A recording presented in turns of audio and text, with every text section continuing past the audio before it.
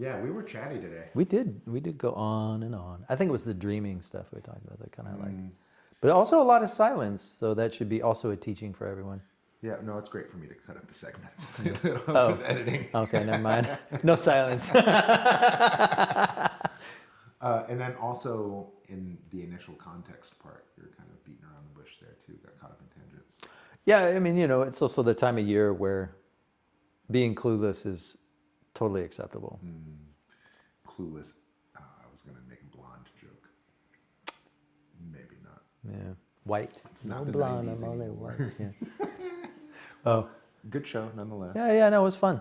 Yeah, 12th moon, last moon of the year. Yep. Here we go. Boom. Happy New Year, y'all. Do you know any like those auditor limericks? Oh no, I don't know those. No. Yeah. My father-in-law, he used to be an auditor. Oh. And so I want to ask him what, because I do so much speaking, so much public speaking, Right.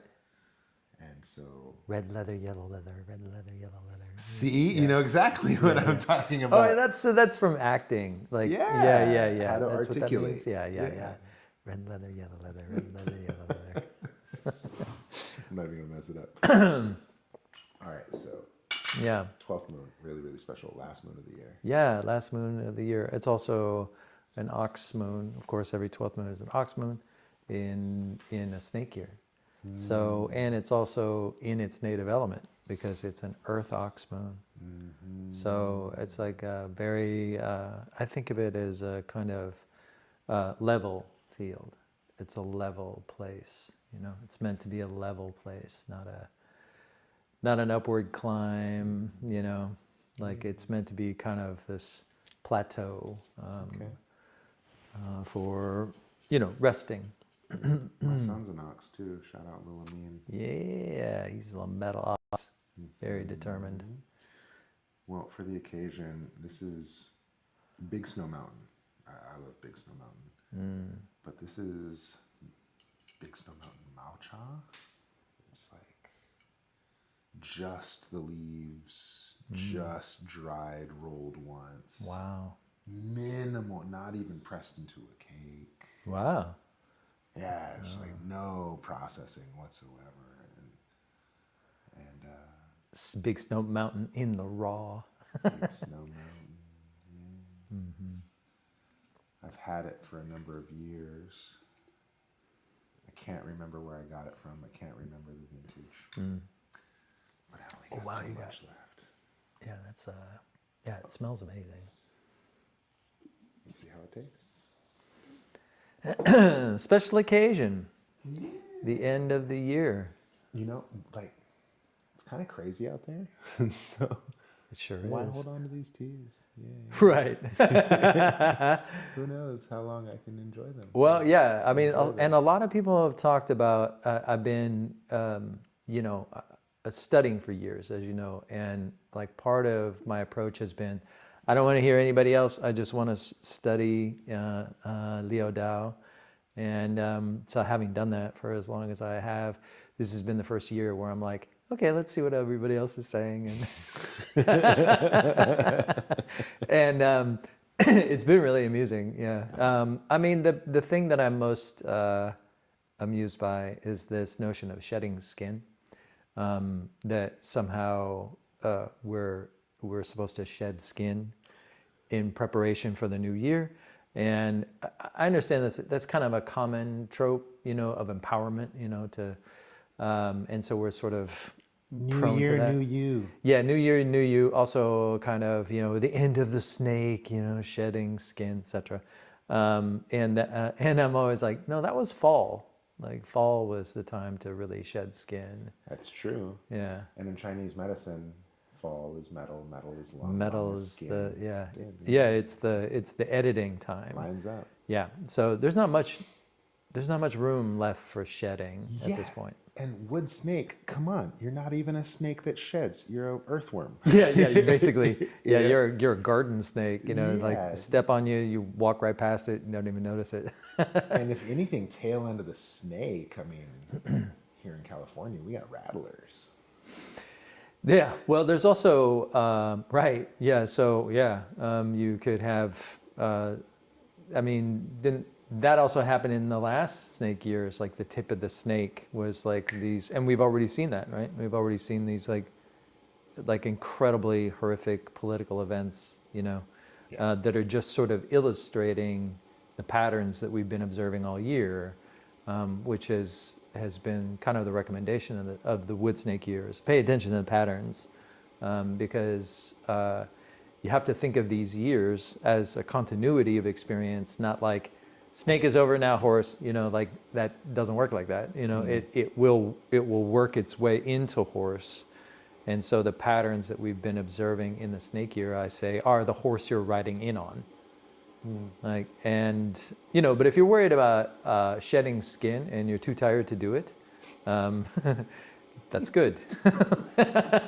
That's good. That's actually good. You're in touch with the season. Like I don't have the energy to shed skin.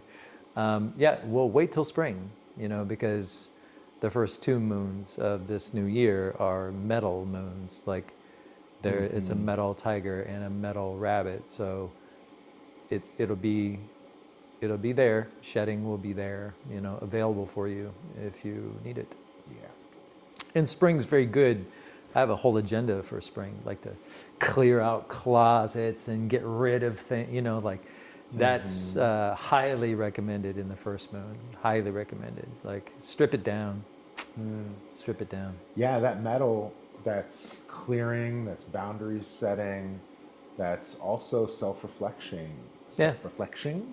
Mm-hmm. Yeah. And It's the bronze mirror. Yeah.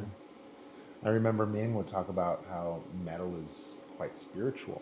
And, it's self-awakening and relationship with divine is available in metal. And the metal tiger in particular is extremely strong for exactly that. But it's a little bit like I quit smoking, and you just rip it off. You just rip off the Band-Aid in this kind of like very fresh and vigorous kind of way. That's deeply uncomfortable, but it's lasting. Like it is the one thing you finally, the straw that broke the camel's back, and now you're ready. And like that is very much available in the first moon. So I think it is important to talk about like the 12th moon as a level place. Don't try to get too crazy. Like, see if you can just kind of be in a holding pattern of some kind. Because you have to think of yang as, at this time, it's stirring, right? But it's kind of like pregnancy. Like, can't do much. And like, you can't really tell if it's there or not. But sometimes it'll kick, So the thing you don't want to do is go running. Don't run while you're pregnant. Like, you should no running while pregnant. Yeah. So there's a vulnerability there. So you definitely want to keep it simple. Because there is a transition happening. This is an Earth moon, natively an Earth moon in the calendar. And Earth moons always act as a bridge between 2 seasons. So the ox moon is always a bridging moon. It's always an Earth moon. So happens that the element that we have in the cycle of time matches up with that Earth energy. So it is a little bit like keep calm and not talk too much. Yeah, nothing to say really. Yeah, and just move along. Anytime that you speak to what I'm journaling about. It's creepy, no? Yeah, it's super creepy. Yeah, because I think I just wrote, it was speech is silver, silence is golden. And ox moon, show up and chew your cud. Or Right. Shut up and chew your cud. Shut up and chew your cud. Yeah, take care of business. Yeah, you have to think of the transition that's happening right now in this moment.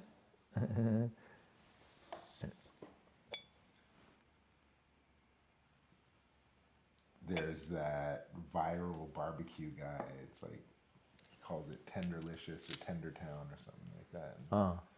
And that's the catchphrase that went viral. And then people from all over just come for this barbecue. Oh, okay. Right? And then it's some scandal because the owner of the restaurant who hired this particular character. It's his recipe. It's his personality. I see. It's his catchphrase. Yeah. Oh, but the owner went ahead and trademarked it. It's like this big scandal. Anyway, I thought of that when you're like smelling. It's like, we got to have a catchphrase for that. Instead of the 2 tap, you go, eh, you just slap on that. That's probably not going to work. 2 tap and a table slap. 2 tap and a table slap. Wow. Like dominoes or something. Oh, hold on. Oh, where you going? Oh yeah, haha, you gotta get your cup. Wow. So at one point, this was a young pu'er. This was a young raw pu'er. Oh, And now, see how it's getting darker. So this is oh yeah, it is. what we talk about when it ages and why we do The the fast oxidiz- fermentation. Is it like an oxidizing kind of effect? I wish I knew better. Yeah. The I can chemistry. just- I could see my tea buddies rolling their eyes. They're like, David, come on.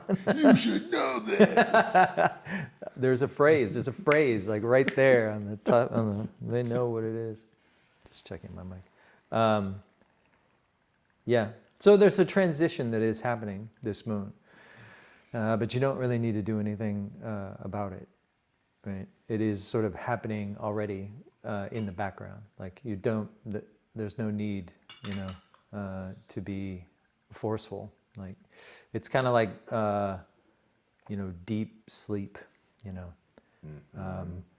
because it is basically a time for a deep absorption of yin. Like this, even though yin's kind of collapsing and on its way out, it's also really available. So there is a vast resource here that the invitation is to stock up, store, absorb yin through quiet, through solitude, through routine, like avoiding stress or sweat or anything strenuous, no struggle. I know that's really difficult to say these days, but so we might be really highly motivated, in the 12th moon. It's like, I can't wait, I know people who are sort of chomping at the bit, already. Horse moon, that's exactly how strong it is. Like it's really pulling us toward. Fire horse at that. Yeah. It's a Mustang. Yeah. Yeah. Well, the interesting thing about the fire horse is like absolutely no discipline involved. It's only just raw energy. Was that all gas, no brakes? Exactly. Exactly. So if the only discipline that's available is the discipline you're bringing, so that's going to be really interesting.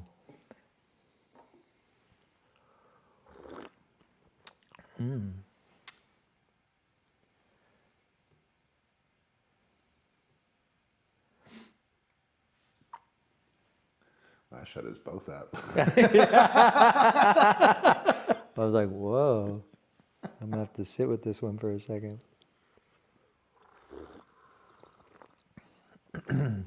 How very ox. All right, so yin, earth ox, feminine quality. Earth also has kind of a feminine, motherly, nurturing tone. Yeah, this is Shiwangmu. It's the Shiwangmu moon, So the great mother of the West. Basically, your Taoist, Jemima. Your Taoist shaman, and would be making offerings to Shiwangmu for essentially safe passage. And Shiwangmu, actually, when she rolls up to heaven, she leaves behind her entourage, who then serve as a kind of like the jade ladies and the nymphs and all that stuff. Isn't she like the herb goddess too? Well, yeah, she's very old. Yeah, so there's it doesn't originate with any one tradition. Up to heaven. The herb goddess rolls up to heaven. Well, you do have this image of like yin rolling up to heaven, and like, and it's making its last stand in the first half of this moon, and then we'll be shifting to another indicator. But like in this first half of the moon, there is this kind of great swelling and welling of yin, and like a rising tide. Yeah. Or like if you ever see those clouds, that just rise up into the heavens, like it's sort of like that. And with that come, and I was just listening to this today, shout out Lauga, about the swarms, like ghosts. The reason why, and it's not a bad thing, it's actually a really good thing. It's a little bit like ancestral check-in, where you have these great swarms of ghosts that actually like sweep through the land, and yes, can cause illness, but they're sort of tied to. It's like a retrospective of our behavior for the year. So our general recommendation is to kind of keep calm, carry on, and work through, be responsible, uh, you know, engage through austerity, you know. So you're not trying to do big movements. You're no pretense. You know, there is this kind of steady she goes, stay close to home, clear out spaces, clean spaces, purge, in order to create space for spring to actually arrive. And part of that is a kind of ancestral dialogue, because they sweep through the environment in these great clouds, and commune with us. And essentially, it's a retrospective of your year. So this is kind of like end of the year, like, you know, New Year's Eve, think about your life. Yeah. So it's a month long, or at least a 2-week long process in this calendar of a similar kind of thing. But it would require you to be at home in this kind of place where your ancestors can reach you. That's how ancestors reach you, fragrance. Yeah. You're just sitting here talking to me, and it's like, Yeah, it's fragrance, it's food, it's, you know, all the sensory apparatuses of your life and home, and, you know, familiar sounds and fragrances and people and foods that you share. Like, it's deeply communal. And, you know, and a lot of this has to do with, like, you know, we talk about Tao as like the great background, yeah, but also your blood is the great background. It is like how things sort of come and go on their own, right? And when we talk about the Tao, in a sense, a continuity of life, that if you plant a seed from an apple tree, you get an apple tree, right? Like, there's a great continuity in that through nature. And so it is with human beings. Like, we're all the live wriggling end of a long line of dead people, you know, and we're carrying on some of the stories and the traits, you know, of their life too, and adding, yes, our own unique spin, but we're making a contribution to like a larger thread of continuity. And we're always doing that. Like, we never not do that. So in the 12th moon, there is a kind of retrospection and also potential retribution, you know, for past misconducts, but it also great capacity for resolution as well, you know. So being talked about like hot diseases, you know, hot becomes sticky in the body. But if you actually rest and like disconnect from those habits, right, and relax, then you have this chance of the cold kind of coming into your body and dislodging the heat, right? So you can change these things just by like living with the time.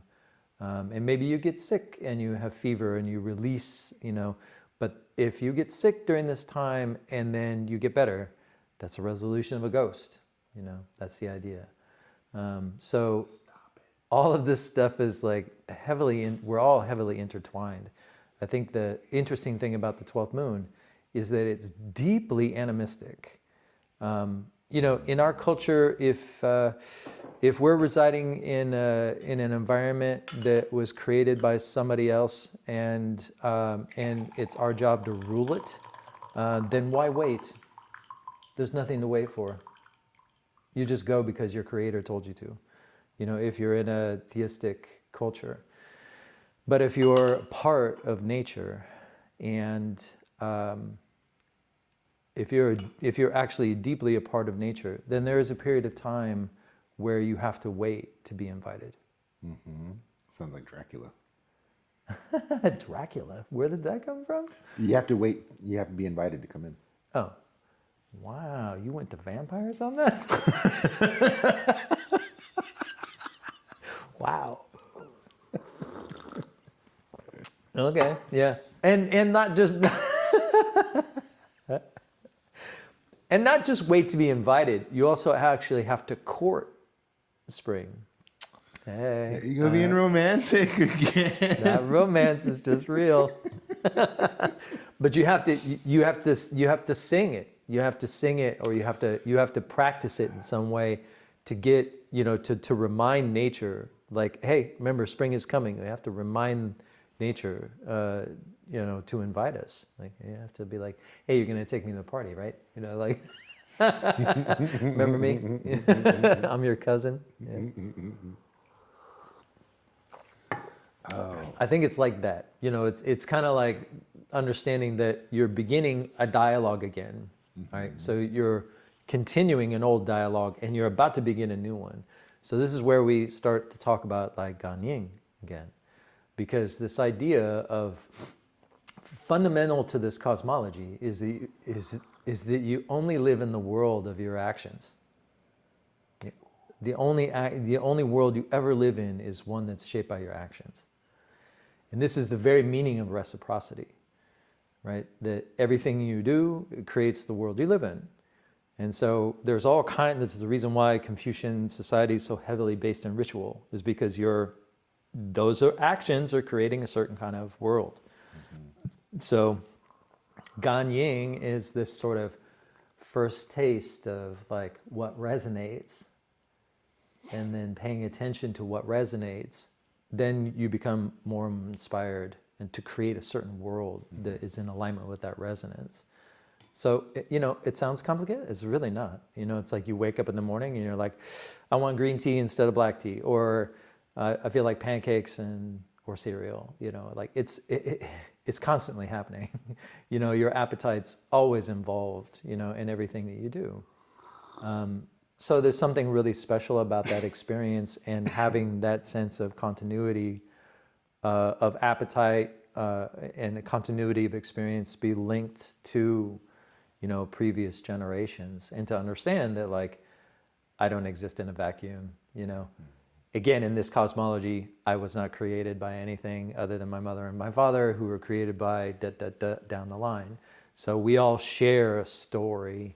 And like when we sit around and slurp noodles together, like all ghosts are resolved, like, because there is this kind of belonging, and sense of togetherness that when stuff comes up, you kind of work through it and you find your way to the end of it, right? So it is this kind of circulating archi, right? Circulating archi in place, inside this kind of safe, well-known container. There is a risk when it comes to the 12th moon of stagnation. So you do want to nurture and you want to nourish yang inside, but not to the point, don't go running when you're pregnant. Like not to the point where you're risking sweat or overexertion, but to nourish your kidneys and things like that. So, see what I did there? Yeah. There's a qigong for all that. For sure. All right. So for this month, we're dealing with themes of going home, nourishing yin, turning the soil, preparing for the new year, getting some good rest and good deep sleep in. And so this moon, I'm inspired to share a qigong that is influenced by Zhuangzi, the great Taoist philosopher.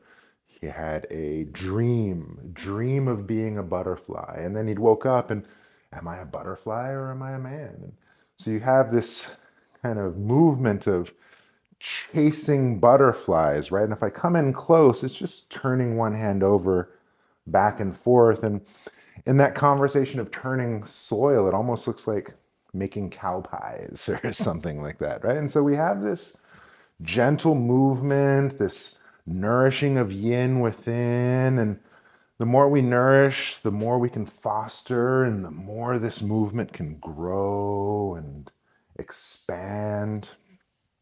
And, just still one hand following the other, one hand up, one hand down. And then it can continue to grow way up here and grow way over there. And we can kind of flow through this delicate range.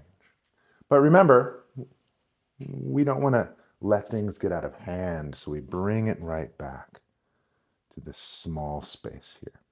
But the nature of yin and yang is such that if I can go this way, then maybe I can also go this way too. And this movement also gradually grows as we foster this flow and twisting to nourish this kidney and twisting to nourish that kidney. But remember, we want to keep things contained. So we'll bring it all right back to our center. To wrap this up, we'll close with a big circle, big breath, big smile. And settle back to stillness. Especially this time of year, remember, we only move to be comfortable still. Movement is for health. Stillness is for spirit. Enjoy your practice. Yeah, that's a nice one because it's a zhuangzi conversation. And so you get that kind of dream of the chasing butterflies. And, Yeah. the chasing butterflies, it's very likened to our culture, Yeah. It's fleeting, running. I really want to look that up. I went to sleep. I'll paraphrase. So I went to sleep, right? And Here I was sleeping. I dreamt that I was a butterfly chasing another butterfly. And when I woke up, I realized I was a man. But I didn't understand if I was a butterfly dreaming I'm a man or a man dreaming I'm a butterfly. Right. Something to that extent. Yes, it prompts the reflection, and it has to do with the way. What I would add to that is that it has to do with this notion of dreaming in the dreaming practice of Xiandao, like the idea of being an immortal. One of those aspects is that your waking life and your dreaming life are not separate. Then they're not qualitatively different at all. So that's one of Zhuangzi's great teachings is that like, okay, so I was dreaming I was a butterfly, so am I now dreaming, am I a butterfly dreaming now I'm a man, or is it the other way? I don't know. And obviously it's not meant to be answered, right? It's just meant to kind of shine a light on the reflection about dream cultivation and dreaming practice. Where you have, but now, when you're talking about ox chi, ox chi is in a lot of ways the kind of dreamless space. Yes, I mean, the support for dreaming practice is incredibly profound, in the 12th moon, but it's not quite like a lucid dream, it's more about like, yes, having a practice of recording your dreams and looking at the symbology of that, and how it reflects on maybe a physiological state that's happening in the body. But even more important, I think, than that is just the calibration that takes place every time you go to dreamless sleep. Like the dreamless sleep is, in fact, the most important part of your sleep, if you could say there is an important part, right? But that dreamless sleep part is a deep calibration of all your physiology every day. And so it's a similar kind of thing that's happening in this 12th moon, which is why, talking about it and telling you what's the recommendation for the 12th moon. It's like, yeah, you're going to forget. Like it's to forget, it is this capacity for forgetfulness, and that how forgetfulness actually resets us.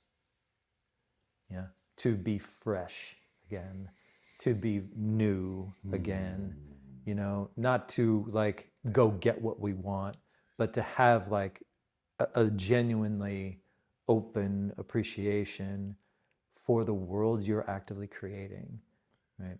This is so fascinating to me because it ties into my training with death and dying.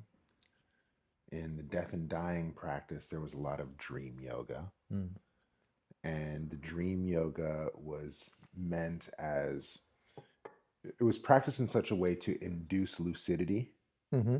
for the sole intent of inducing worst case scenario nightmares, Oh, for the sole intent of training yourself to navigate bardos right, of the afterlife. right, right, right.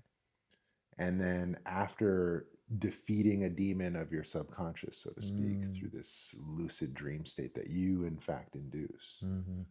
you force yourself awake and this karma is complete. Right? You Mm. journal about it, you fucking sit and reflect, what's my lesson here? Boom, boom, boom, boom, boom, boom, boom, right? Mm.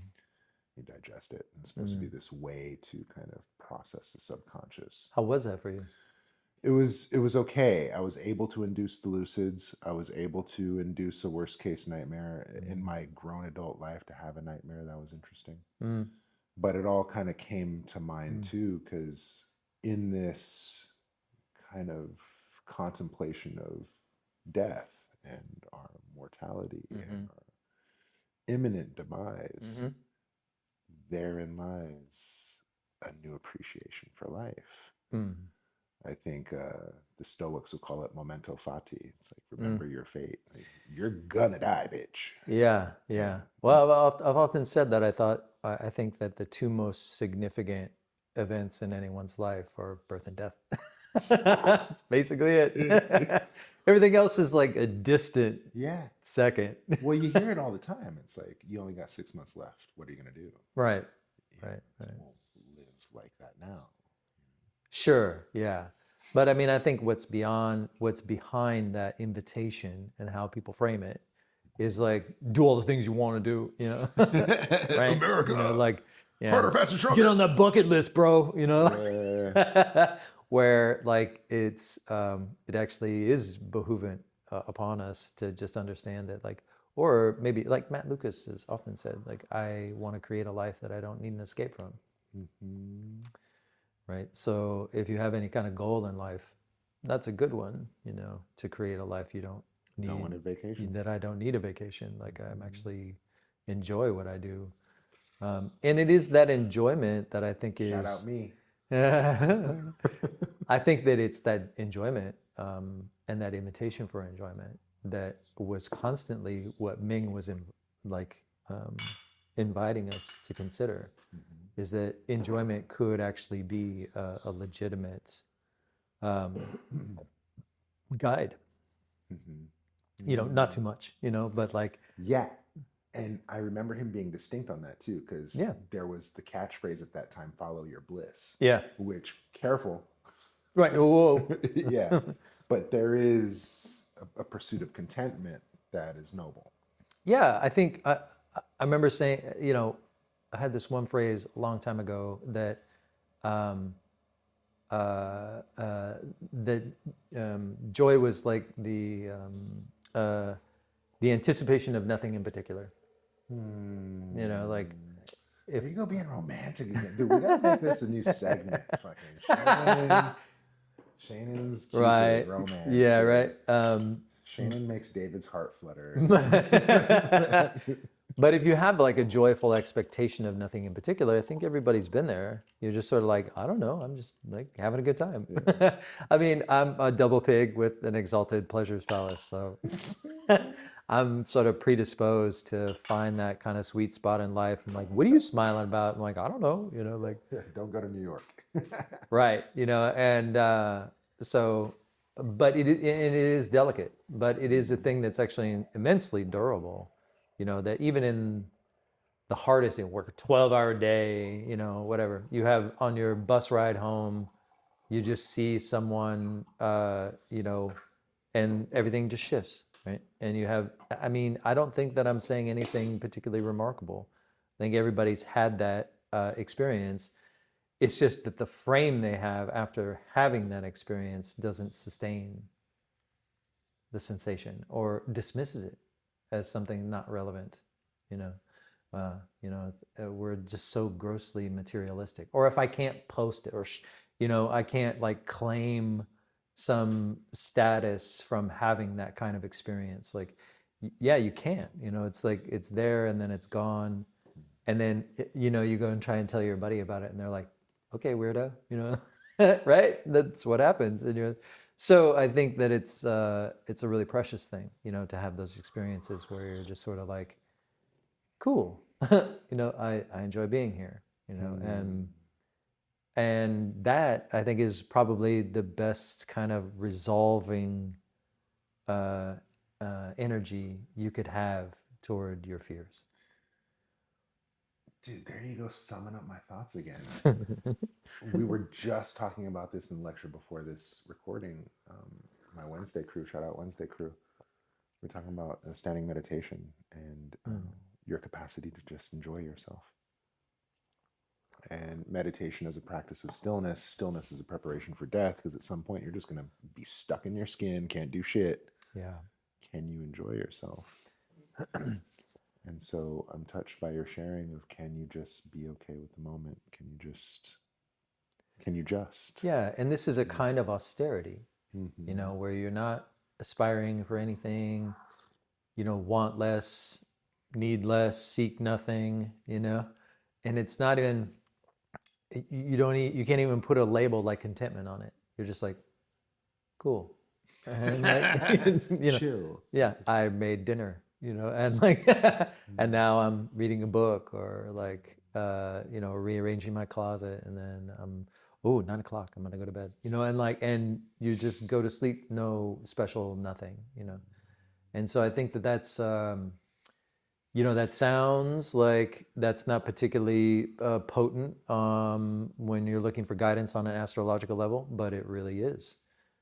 Because in this particular cosmology, especially from a Confucian standpoint, you're not there alone.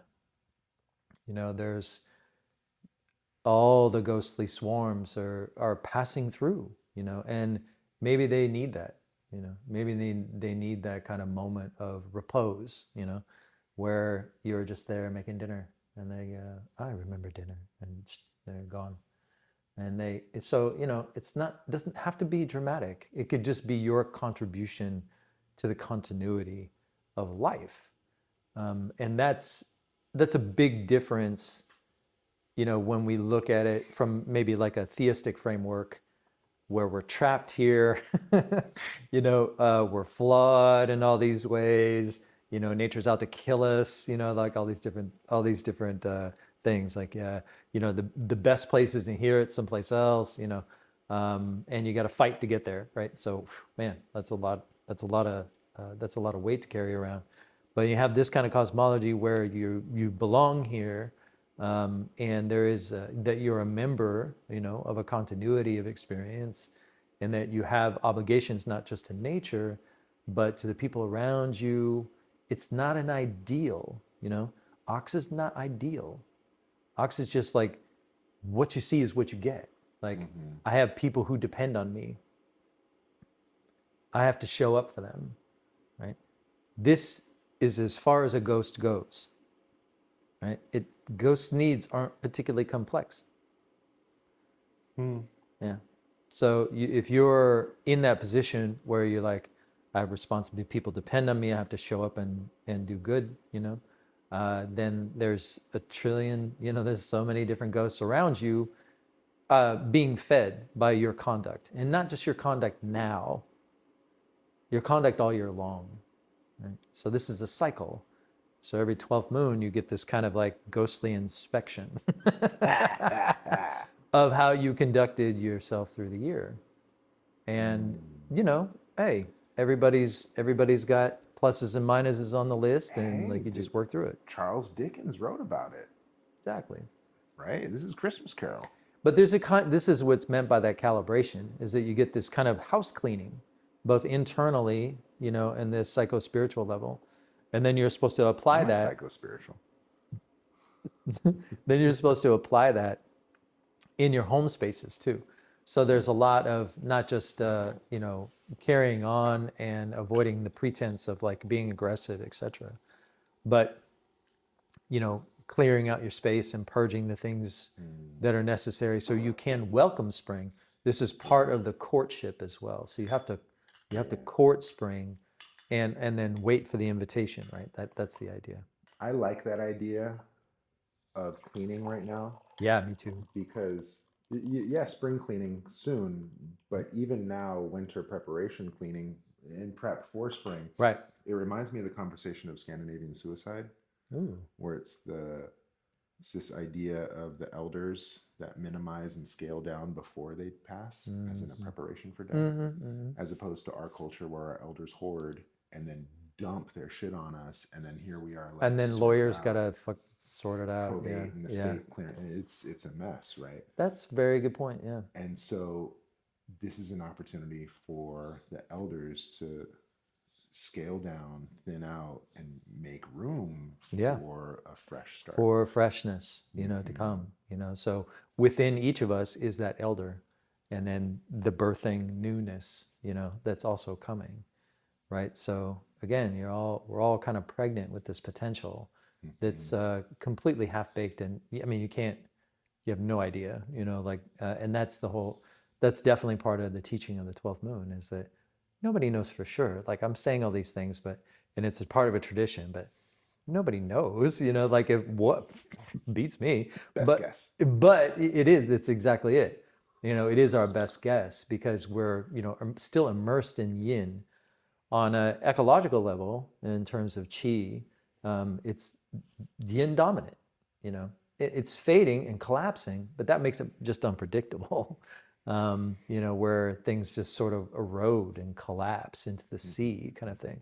Or something I wrote today, it's like grandmother, is now, her mind is wandering into the wilderness, right? So you're gonna go over here, grandma, I can bring her back, but like eventually she's just gonna roll up to heaven, and that's just the way the cycles go, right? So, but this is a kind of weakness, but also a level of durability as well, in the connection that it provides when we don't resist it and we go with it and kind of do this, sublimation or even a kind of surrender to just the natural order. So it's a very expansive vision, but it's not particularly analytical. It's more instinctual, like kind of like you don't really need to talk too much about it. It should just be there, kind of on the surface of everything. So when you're talking about, like, I mean, engaging the culture that we're in at the moment that we're in, like, I think if you can't really grok, in observance of it, it's probably a healthy sign, because like tackling complex, aggressive topics right now is incredibly strenuous. It's so taxing. It's so strenuous. Yeah. I don't know how you guys do it. I don't know if I'm doing it, but it's like, you kind of like, well, it'll still be here later,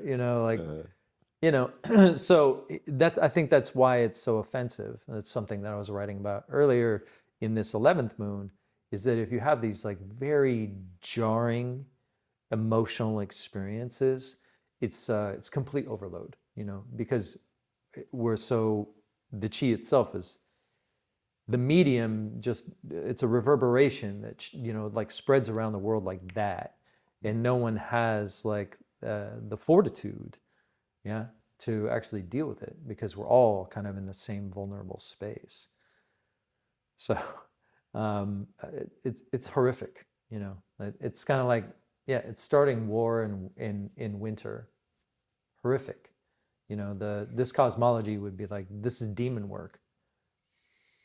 That's what that is. Those aren't humans, as people who are just like that, you don't do that, like there's just sort of things that are understood, in terms of our relationship to the world around us. But again, if you have a narrative, a creation narrative, and you're here to conquer the earth, then you don't bother pulling resources from nature around you, the things that become naturally available in a cyclical way. You pull them from other human beings, and that's where I started laughing about the vampire thing. You become a vampire.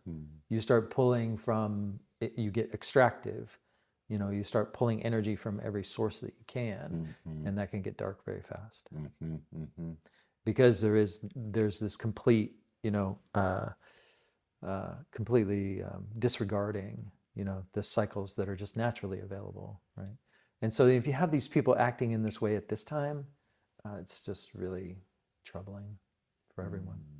So if you are feeling troubled, congratulations, you're still human. Yeah. Lean into it. I would recommend. Yeah, I don't know too many diamonds that run from time, heat, and pressure. It's the cold that complains. So, yeah, but in your personal life, no need to talk. Keep calm and carry on. Stay close to home and family. Keep warm. In the Bay Area, for people watching this in the Bay Area, there's this really interesting thing. Even Ming even talked about it. It's like kind of amazing. He talked about like that we get fake spring in the middle of January, which is happening right now. It's happening right now. It's so gorgeous. Everybody's like, "Oh, spring's here," and I see people running around in like shorts and a tank top. It's like, oh no, those people are going to be sick later, So it is this kind of because when Earth comes up to facilitate the transition between winter and spring, right? Going from the water element to the wood element, Earth comes up, and Earth comes up to facilitate that. It buries metal of fall, the conservation aspect, right? So it buries that in anticipation of the growth to come, right? So we're like, okay, we know we'll get resources soon, right? Still, don't like be conservative, but like the tide is shifting. But what the Earth brings is damp. So there's this cold and damp that comes that if you get those sort of cold, damp winds, then you have like rheumatoid arthritis, and you get this kind of stagnation that happens on a physiological level. So even if it gets warm and you think, it's time to sunbathe, don't do that. Just wait, wait for spring, for spring to actually arrive, when the winds that will be coming then will be more encouraging of freshness. Right now, the winds that are coming are this kind of cold, damp, ghostly energy. Is it even better now? Yeah, dude, now there's like rice notes in there. It's all, the leaves are all opened. Wow, yeah. Wow. And it hasn't gotten any weaker. Stop it. Wish you were here. Okay, so in the discussion of the trines in this 12th moon of the wood snake year, the Earth Ox moon, we're going to start with the fixed trine, which is the ox, the snake, and the rooster. So in the case of the ox, this is a beautiful time of integration for you. You should have plenty of material to integrate. So this concept of waiting to be invited is actually the best look for you. Oxen really do need to watch their step in the coming fire horse year. So don't necessarily, it's not a good idea to make yourself vulnerable in the spring by getting overextended now. So stay put and wait, and whatever plans you have, walk them out slowly. In the case of a snake, snakes, this can be actually a very low-key, very illuminating time, but you need to give yourself plenty of room to breathe. But if you do that, you have the opportunity to experience really profound visions about how everything kind of naturally falls into place. If your plate is already full for a snake, spring could actually be very, very rough. So give yourself plenty of room to breathe. In the case of the rooster, so roosters like to position themselves as supremely rational. But if you're doing that in this 12th moon, it means you're trying too hard. You should relax, roosters should relax and sort of accept this idea of a stream of consciousness. So loosen up your body to sort of relax your mind. You don't have to go, you don't have to go full James Joyce, but there is a kind of background energy that's at play, whether you call it ancestors or something unknowable, which you can actually, that can actually nourish you if you sort of relax your prejudices and allow yourself to go with this kind of stream of consciousness. So these things can spark moments of immense clarity for you if you allow it, if you just sort of relax into it. And this can be very helpful for you in the spring because typically spring isn't your favorite time of year. So in the case of the 12th moon with the Earth Ox, the next one we'll be looking at is the resourceful trine, which is your rat, your dragon, and your monkey. In the case of rat, okay, batten down the hatches. This is a very important moon for you in preparation for the spring of a fire horse year. So exposure is your number one concern during the coming horse year. So having layers of availability is very, very wise. So you should cultivate these kind of layers of availability. So clean and fortify your inner nest, the sort of calm place where you can recover and invite friends into that you like. So you can invite people into your inner sanctum to kind of enhance the space. So it's a good time to kind of get your ducks in a row, these kind of material needs that you cross your I's or dot your I's and cross your T's, and tie off any loose ends this moon. The first 3 moons will also be available for some of that, in case you don't get that done this moon, but it'll be a little rougher. In the case of a dragon, very simple. Heaven and earth have not come together yet, so it's time for you to wait. Just keep calm and carry on. Though it's a horse year, you're still a headliner, no matter what. And the opening acts haven't even started yet. So preparation is fine, or rest, but don't put a lot of pressure on yourself. In the case of a monkey, ox chi can feel suffocating to a monkey. Your improvisational mindset isn't necessarily appreciated in the 12th moon, but don't overreact. It's you have enough flexibility in your approach to things to know how to play by the rules on occasion. Spring is always the trickiest time for year for you, so you should take a page from the rat's playbook and clean and fortify the inner refuge in your home spaces. So what I like here in the 12th moon is for monkeys is practice whispering instead of yelling. Practice whispering so people come closer to you. So now in the case of the 12th moon of an Earth Ox year, we're going to look at the advancing trine, which is your tiger, your horse, and your dog. In general, because they're so forward going and like to work to get things done, this kind of empowerment isn't necessarily very supported in the 12th moon. But in the case of the tiger specifically, you're encouraged to stalk your situation very, very slowly and give yourself plenty of time and space to stop and observe. There's really should be no pressure for advancement for any of the advancing trines. But in the case of tiger, deadlines, this idea of deadlines is very dangerous for you right now. So avoid any kind of high stakes or high stress situations. And this is paramount to your mental health. You should really relax in the tall grass, so to speak. This would actually help you better cope with the kind of frenetic first few moons of next year in the fire horse. So right now is a good idea not to stress yourself out too much. Play the long game or don't play any game at all. Horse, so most horses right now are sort of chomping at the bit to get started. So, and that's totally understandable. So I could say, wait for it, but you probably won't listen. And that's fine. You know, it's do your best to keep your actions routine. That's the only thing I'm going to say to a horse right now. And try to do what you can to avoid injury. Because you may miss the start of the year, and you don't want that to happen.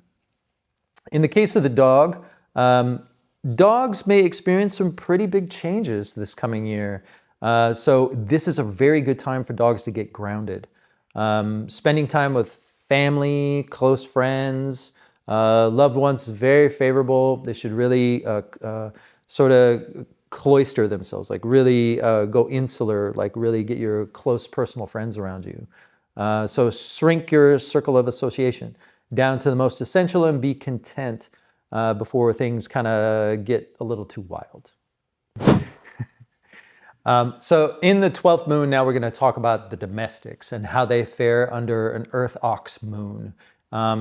So the domestics here are social sensitive, they're personable, they're interdependent.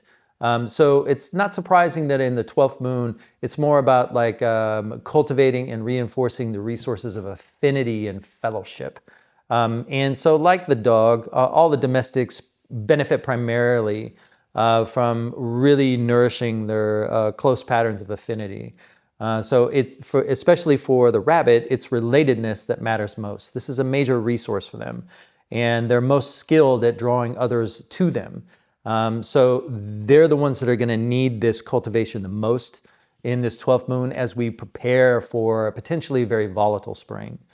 So resting in refuge, be it family or place, or community, is not doing nothing for a rabbit. It's actually really vital for them to do that this time of year. So preserve and attend to core relationships. This is really vital work for the rabbit.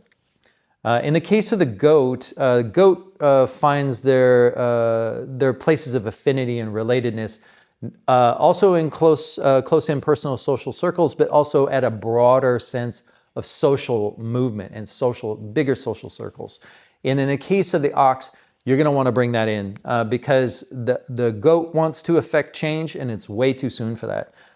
So those things won't be moving a whole lot. So you're going to have to accept what you got. Work with what you have is the recipe for success for a goat in this particular moon. So if you feel like you're on the outside looking in, be patient. You may not be invited, but change is coming. So like the horse, don't injure yourself before you get a chance to express what it is that you value this year, because the next 2 years are going to be really strong for you. So in the case of the pigs are basically just waking up from what feels like a very long dreamlike state, being in a snake year. So some retrospection is a good idea in the 12th moon, but don't necessarily need to worry about figuring it all out right away.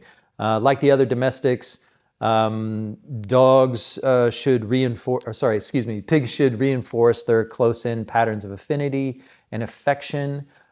Show gratitude for your friends and family. They help shepherd you through the snake year, and spread some joy wherever you are and wherever you're invited, but not too much because that might come across as a little bit bypassy.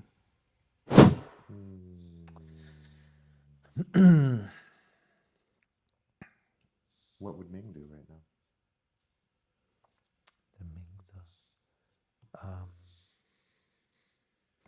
Well, did he do dream yoga classes? Yeah, he taught the Dream Yoga series. I've been paying attention to that. I've heard rumors. Please correct them for me. Oh no. Because I've heard about dream yoga classes in our locality with people that we know. Oh. Where they're dream yoga courses where people go to sleep and go to class in dream state, meet up in class in dream state, receive lecture in dream state, come back to waking state. Oh yeah, class is great. As if they had a shared dream in like 15 minutes, yeah, or whatever. Yeah. And so does that shit happen? I mean, I have not experienced that. But yes, of course. I mean, yeah, it's a skill like anything else to cultivate. I don't know if that's actually happening right now, but that is a level of experience that was part of Ming's teaching. So I'm going to be vulnerable really quick. Because as I'm like, my critic mind is coming up, I also have my experience. Yeah. And my mind. My very first teacher, Bruce Chu, shout out Bruce Chu. Not my first teacher, but the first I chose, and the first that chose me. He showed me Cain. cane technique. Yeah. And I remember Oh, one night Mm. he showed me cane in my dream. And the very next day, he showed me cane in real life. And he showed me the exact same movements. Mm-hmm. And because he showed me the night before in my dream, I You could pick got it it. up like Yeah. that. And then after class, I was like, so were you in my dream last night teaching me? I learned this so fast because you showed me last night in my dream. What did you? He said, oh yeah, moon as satellite. And then he like turned around. Right. And so my little 21-year-old self, like, what the fuck was that? Right. And then so now I'm in the Bay, and it's specifically not so much the Ming crew, it's the Dharma Bodhi crew. Uh-huh. Yeah. Right. Oh yeah, we all go to sleep, and we're in our homes in our beds, and then we go to the astral realm, and we gather in the astral realm, and we have our meeting. Cool. And then we wake back up in our beds. So the answer is yes. I mean, of course. Like even Ming, in his teachings on the Dream series, talked about, because he studied with a series of teachers in Taiwan to learn the Xiandao, the Xiandao tradition. And one of those teachers taught this dream yoga. And I mean, Ming is on record. This is not a secret. This is on record. You can listen to it, where he says that he got like tons of like hours and hours and hours of teaching, in while he was napping, like.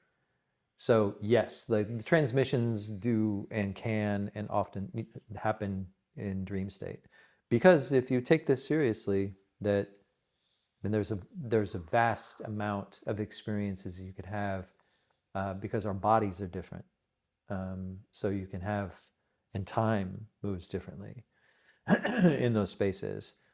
So yes, it's all true. You heard it here first, guys. It's true. And it's not just, true for Taoists, it's true for many contemplative traditions. All right. Yeah, So what would Ming be doing? Some fucking Freddy Krueger shit. yeah. Showing up in your dreams. Well, hopefully not. Don't go to sleep. Little Ming's gonna come get you. Read this book. Read this book. I think that that's now that we're talking about it, it's probably the case that he would continue on with it. This would be a great time to teach dream yoga. So to like a small cohort of people. So we wrapped that up. Yeah. Brought it All right back to the Yeah, no, you're good. Yeah, you're We're right. pros. Yeah, exactly. All right, what would Ming do? What's the flavor of slow? I've been thinking about that. Sleep, dream. Keep calm and carry on. That is a flavor of slow. Yeah. Yeah, I like to liken this to a day, right? And so Yeah. there have been times when I wake up before my alarm clock. And so it's like, just sleep a little bit more. Right? So not yet get out of bed, not yet stretch and yawn. Alarm clock hasn't gone off yet. But sometimes, in my experience, I've woken up just, 20 minutes before my alarm clock goes off. And Right. let me just lie here still. There's no need to get up. Or just like in alignment with what you're saying, at any point in time during the day, go lie down.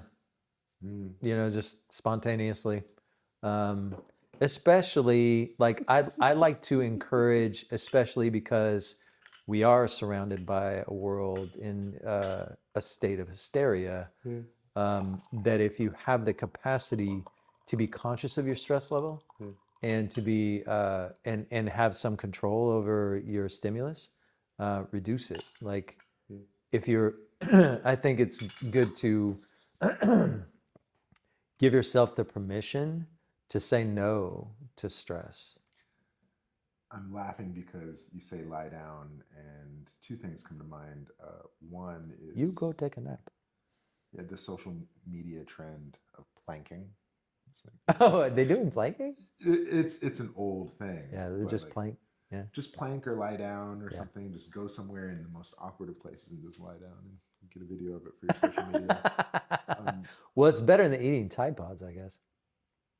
But then the other thing is that, to what I understand, that's like a new form of revolution for the youth of China. Yeah, I've seen that Do too. nothing. Do nothing. Radical nothing. Yeah, that's also in Japan. I've heard too. It's like they just, you know what? I'm gonna go lie down, and yeah, in short amounts. Yeah, I mean, I think Just they, for 12th moon, 2 weeks. yeah. You can do this to excess, and like, if you have if you have somebody reading your pulse, you could check on that. Because in my case, like my Chinese medicine doctor would say, you need to move. Like you're kind of prone to stasis. We want, if you're prone to stasis, then it's better to go for a walk. But if you're over caffeinated, agitated, and stressed out, and you've already got like a million different things, you don't know how you're going to finish, you know, get help, first of all, but like actually find time to lie down, you know. Yeah, dude, go Savasana somewhere. Go Yeah. corpse pose. Yeah. Yeah, pretend it's an indie yoga class. Just go lay down. Go lie down. Take a nap. Yeah. Take a nap, and maybe even also, I think this is a good time of year, like over between the moons.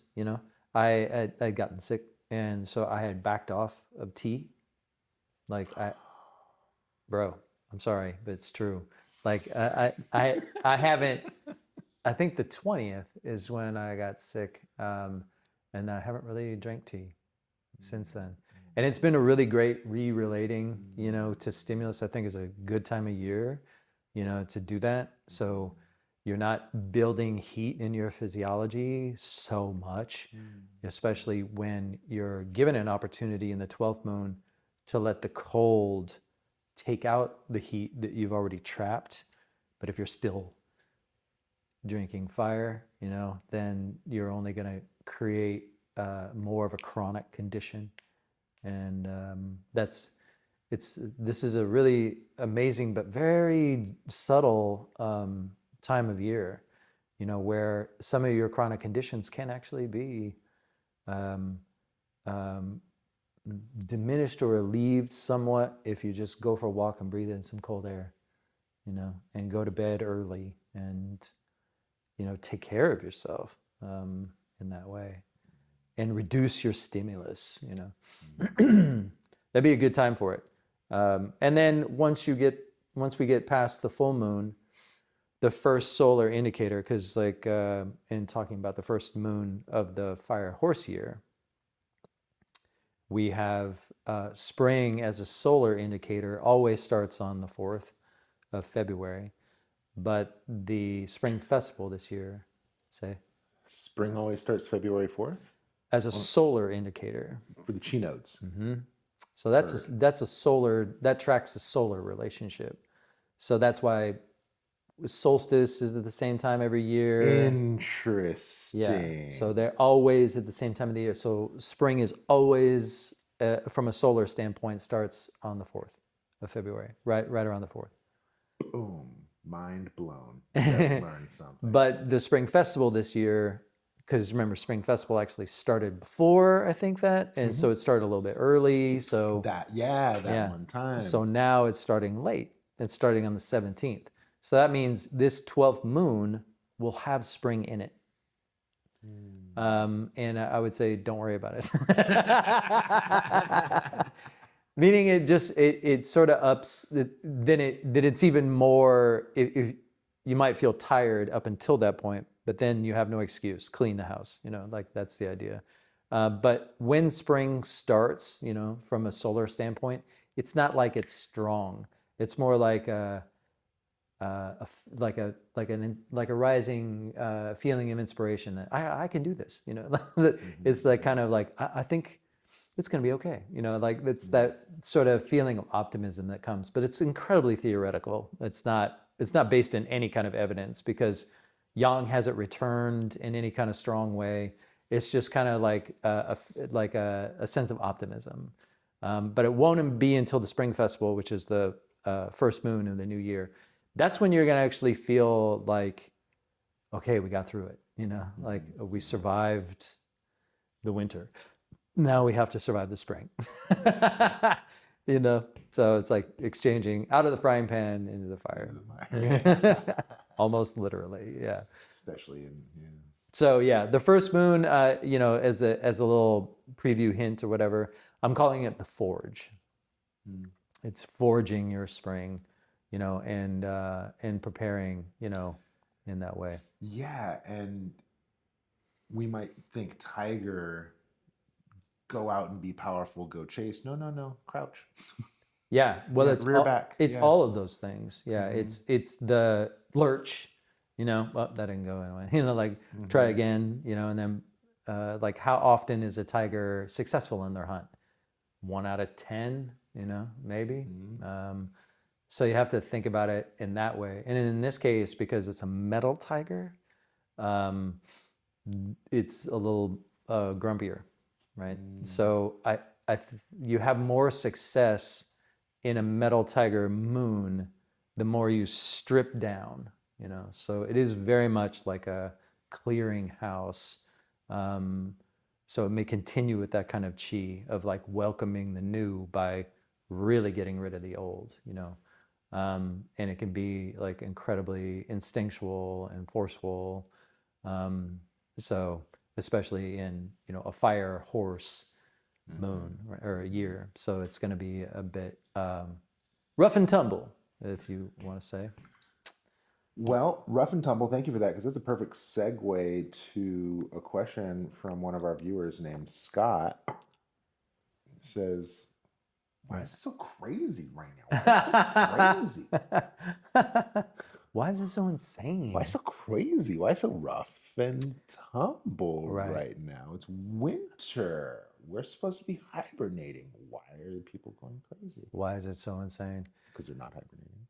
Yeah, I mean, I think stressed out and overcaffeinated. I think that what Ming had identified as an epidemic in his teachings was yin depletion, and that comes with a complete lack of respect for yin. Period. And so, if you're only valuing 1 out of 4 seasons, then you're gonna get crazy. You're gonna get hysterical super fast, because as you know, like in terms of a clinical or a physiological standpoint, if you burn all the time, you burn through your yin. You deplete your fluids, you deplete yin, and then you create these conditions of vacuity, right? I mean, vacuous, and where all you're burning, you no longer have resources naturally. Then you're only burning yang, which is like you might as well do cocaine. Like it's that's what that's like. You're just hyper stimulating, and that's the only way. It's like those people who say like, "Don't talk to me until I have my second cup of coffee." Oh, I know people like that. That's vacuity. That is that's a big trouble. Because once you become vacuous, so depleted that you become kind of vacuous, then after you burn through the fluids and the yin, you go for qi. You start burning through your qi, and then once you become qi deplete or qi vacuitous, then you're looking at like a stage 4 cancer or something, or you may be somebody who's like subsisting on double brewed coffee and cigars when you're 95 and you're fine. Like Shout out George Burns. it's not like that can't happen, but you really shouldn't treat that as like something to strive for, because not very many people are actually really fated to have that, either that constitution or that experience. Still going. So why is it so crazy? I think looking at the patterns of this year, I think we should all be pretty wise to the story, of why things have gone. I mean, there's been plenty of talk, over this year about, history, the patterns of society, in stages. I watched this one YouTube channel, FD Signifier, is like really great, excellent not just storyteller, but like a great mind, Mm-hmm. and talks very specifically about just like there's nothing unprecedented about what we're facing. Sorry to break it to you. Like this has all been done before, and there's a historical pattern for it all continuing to happen. And so if this last year, the snake year, was about paying attention to patterns, which was my recommendation, just watch, like Mm-hmm. you'll see everything you need to see. And then the horse year is a little bit of cause and effect, is what I would call it. A cause and effect of all the patterns, actions, um, and then you have to look at the year after that in the fire goat as a kind of fuck around and find out year. So does that mean we get the things we actually need? Again, going back to the beginning of our discussion, we're only in the world that we create with our actions. And there's a lot to unravel, like in terms of, every convenience is an opportunity to be exploited. So we're thirsty for convenience, and so we've been heavily exploited. So where do you begin? I don't know. I think you just pull on the first thread you see, and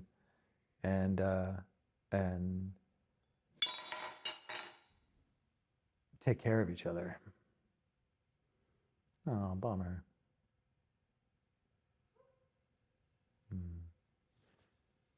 You okay? Oh yeah, I'm fine. Okay. Yeah.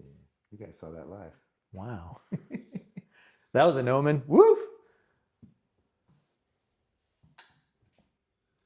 These things happen. Lucky I have another guy one, but ooh, that's a handmade. Starting to set in. Starting to set in. Exactly what just happened. And I'm gonna tell you what happened.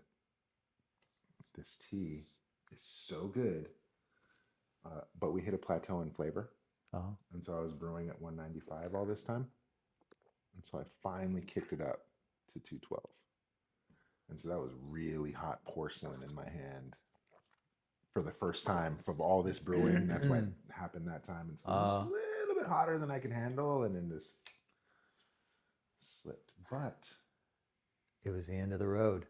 and it really highlighted your point. Bam. Yeah, it did, huh?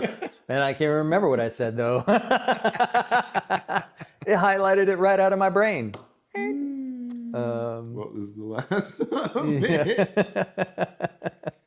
Yeah, what are they do? Tea drunk. Cut off. No more tea. Yep. That's enough, buddy. Yeah. Did we get what? Hexagrams. So I think, huh? Hexagrams. Hexagrams. Oh, Really quick. yeah. Let's get that out of the way. So the title hexagram is 19, which is approach. It's basically like, get ready, we're sort of fated to recover, is the, but along with that, I say also hexagram 52, which is stillness, so there's, that you're going to have to endure, some things. You can't change anything right now. There's nothing that's changing. Not in the 12th moon. There's no momentum for change. There's no freshness. You're just continuing. So if you're ready for revolution, unless you already have like some kind of momentum around that, even then, it's better to look, bonus hexagram, look at 9, hexagram 9, for how to cultivate energy, or what to do when your reserves are low and you don't have the authority to make a change, right? What do you do then? But 52 is also good because it's like, even though, you smolder, like, don't move, like, don't move. It's not time to move. Yeah. But it's coming.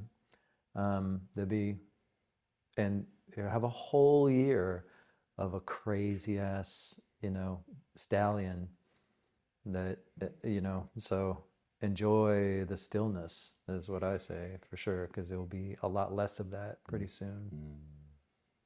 Yeah, this is a calm before the storm, if you will. enjoy it. a nice level place. You know, like even though living in a hysterical culture of constant stimulation, I think the last thing I would say about that is like reflect on this is an opportunity to be retrospective about the world that we create through our actions. So because reform is available in the spring, pretty radical reform, in fact. So I think it's a good idea to just be attentive to what it is that we create through our actions. What is the reciprocity that we're operating in? I'm not saying that's easy, a conversation, but it is available to everyone. Naturally, just naturally. You don't have to be special in any way. You don't have to be smart at all, like to know, what you're feeding and how you're being fed. Yeah, that's a very available. Is it safe? I don't care. I'm gonna brew it anyway. Okay, good. It's too good. I'm not gonna waste it.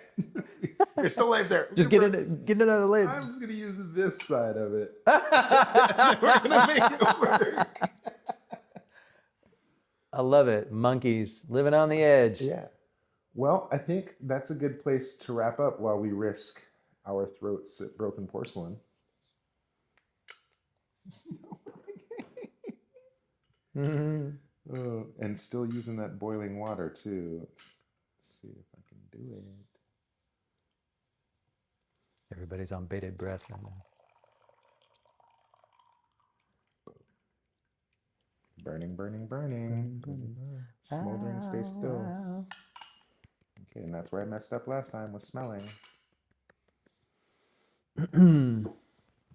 Next time. Ciao. Oh, really quick before we go. Yeah. About the Chinese New Year. Let them know. You're gonna... Yeah. We're doing two different, but the talk that's happening here, March 1st. That Saturday, whatever that Saturday is. It's a Sunday. It's a Sunday? It's a Sunday. Whatever that Sunday is. Yeah. First Sunday in March. Okay. I believe that's it is here. the first. That's here. Are we going to live stream that? No, that did not go well. No live streaming. No live streaming. No promises. Come, be here, come hang out. We'll do that presentation here first Sunday in March. Okay. We'll record it here. Oh, it'll be recorded. Yeah, for sure. Okay. And then you're doing the Coco's too. Coco's is the Saturday before, not the immediate Saturday before, but the one before that. Yeah. So I think it's like the 22nd. Sure. And then the 1st. So and is that also a Sunday? That's a Saturday. That's a Saturday. Yeah. So it's a Saturday, and then a week from that Saturday and one more day. So 8 days later, we'll be here. Yeah. Did you get that? So Coco's first on a Saturday for Chinese New Year. Yeah. And then here. That's the new moon. And then 2 weeks is the full moon, which would then be Red Lantern. Yeah, we'll be right next to Red Lantern. I think the day before. Yeah. Or even the day of. Yeah, we'll be here for Red Lantern. So that's gonna be really good. That's gonna be both of those are gonna be super fun presentations. Really grateful for Coco. We had a good time there last year, and it was and it went well. But technically, it's gonna be better this year, and we're gonna have pamphlets. And technically, we get better every year. Technically, we do. Yeah. That's been my fate in life. It's like start over, do better. Start over, do better. Start over, do better. Yeah, red leather. Yeah, yellow shed leather. your skin, transform. Right. Whether you like it or not, that's the first moon. Whether you like it or not, there'll be some shedding of skin to come.